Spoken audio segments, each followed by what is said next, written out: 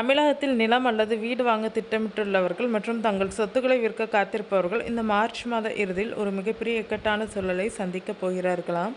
வரும் ஏப்ரல் 1, 2026 முதல் பத்திரப்பதிவு துறையில் சில அதிரடி மாற்றங்களை நடைமுறைப்படுத்த தமிழக அரசு திட்டமிட்டுள்ளது. அதை பற்றி இந்த வீடியோவில் பார்க்கலாம். நிலத்தின் வழிகாட்டி, மதிப்பு, முத்திரை தீர்வை போன்றவற்றில் சில திருத்தங்கள் வரவுள்ளதால் சொத்து பரிமாற்றம் செய்பவர்கள் தங்கள் பட்ஜெட்டில் லட்சக்கணக்கில் கூடுதல் சுமையை சுமக்க வேண்டியிருக்கும் என்ற அச்சம் நிலவுகிறது. இது குறித்த தெளிவான விழிப்புணர்வு இல்லாதவர்கள் கடைசி நேரத்தில் ஏமாற்றத்தை சந்திக்க நேரிடும். முக்கியமாக கடந்த சில வருடங்களாகவே மாற்றப்படாமல் இருந்த சில பகுதிகளின் வழிகாட்டி மதிப்பை நடப்பு சந்தை விலைக்கு நிகராக உயர்த்த அரசு ஆலோசித்து வருவதாக தெரிகிறது. இதன்படி இந்த மார்ச் 31க்குள் பத்திரப்பதிவு முடிப்பவர்களுக்கே பழைய கட்டணமே பொருந்தும்.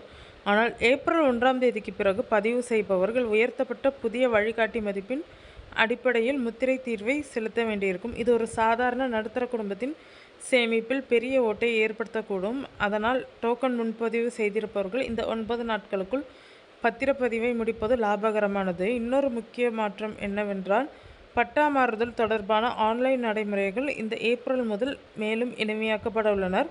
இனி பத்திரப்பதிவு செய்தவுடனே தானியங்கி முறையில் பட்டா மாறுதலுக்கு விண்ணப்பிக்கும் வசதி மேம்படுத்தப்பட்டுள்ளது.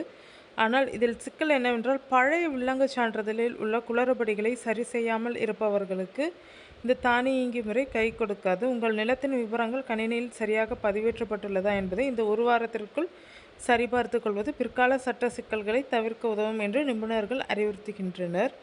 அதேபோல் அங்கீகாரம் இல்லாத மனைகள் மற்றும் வரைமுறைப்படுத்தப்படாத இடங்களை விற்பனை செய்வதில் ஏப்ரல் முதல் கூடுதல் கட்டுப்பாடுகள் வரவுள்ளனர். கடந்த காலங்களில் அரசு வழங்கிய சலுகை காலங்கள் முடிவடைய உள்ள நிலையில் இனி டிடிசிபி அல்லது சிஎம்டிஏ அங்கீகாரம் இல்லாத இடங்களை பதிவு செய்வதில் சார் பதிவாளர் அலுவலகங்களில் கடுமையான கெடுபிடிகள் இருக்கும். சொத்து வாங்குபவர்கள் வெறும் குறைந்த விலைக்கு ஆசைப்படாமல் அந்த இடத்திற்கு முறையான அங்கீகாரம் இருக்கிறதா என்பதை ஏப்ரல் மாதத்திற்கு முன்பே உறுதி செய்து கொள்வது உங்கள் வாழ்நாள் சேமிப்பை பாதுகாக்கும். ரியல் எஸ்டேட் துறையில் முதலீடு செய்துள்ளவர்கள் மற்றும் புதிதாக வீடு கட்ட திட்டமிடுபவர்கள் இந்த மார்ச் மாத இறுதி கெடுவை ஒரு எச்சரிக்கையாக கொள்ள வேண்டும். மார்ச் 31க்குள் முடிக்கப்படும் ஒவ்வொரு பதிவும் உங்களுக்கு கணிசமான தொகையை மிச்சப்படுத்தும். உங்கள் வழக்கறிஞர் அல்லது ஆவண எழுத்தரிடம் இப்போதே ஆலோசனை பெற்று தேவையான ஆவணங்களை தயார் நிலையில் வைத்திருப்பது நல்லது. ஏப்ரல் மாதம் பிறக்கும் போது இவ்வளவு பணத்தை வீணடித்து விட்டோம் என்று வருத்தப்படுவதை விட இந்த 9 நாட்களை சரியாக பயன்படுத்துவதே புத்திசாலித்தனம் என்கிறார்கள் நிபுணர்கள்.